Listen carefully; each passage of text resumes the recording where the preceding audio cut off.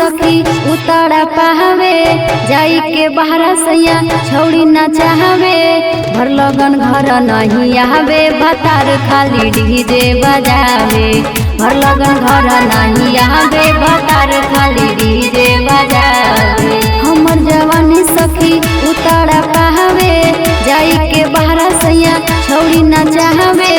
भर लगन घर नहीं आवे भतार खाली डीजे बजावे भर लगन घर नहीं आवे भतार खाली डीजे बजावे।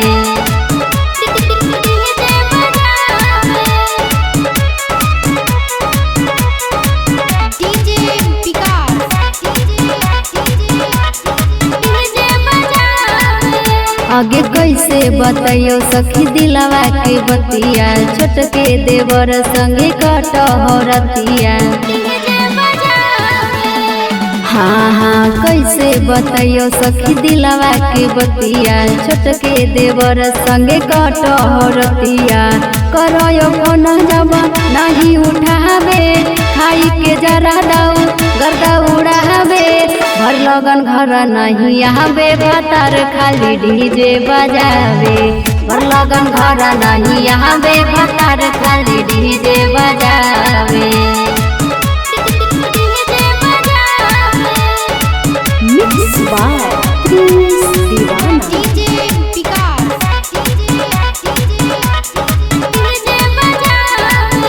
आगे नंबर 500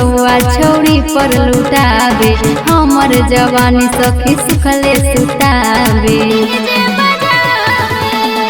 हे गे नंबर 500 छौड़ी पर लुटावे हमर जवानी सखी सुखले सुतावे डीजे बजावे उता बेलूम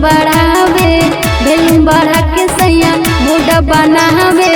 भर लगन घर नहीं आवे भतार खाली डीजे बजावे भर लगन घर नहीं आवे भतार खाली डीजे बजावे हमर जवानी सखी उतारा पावे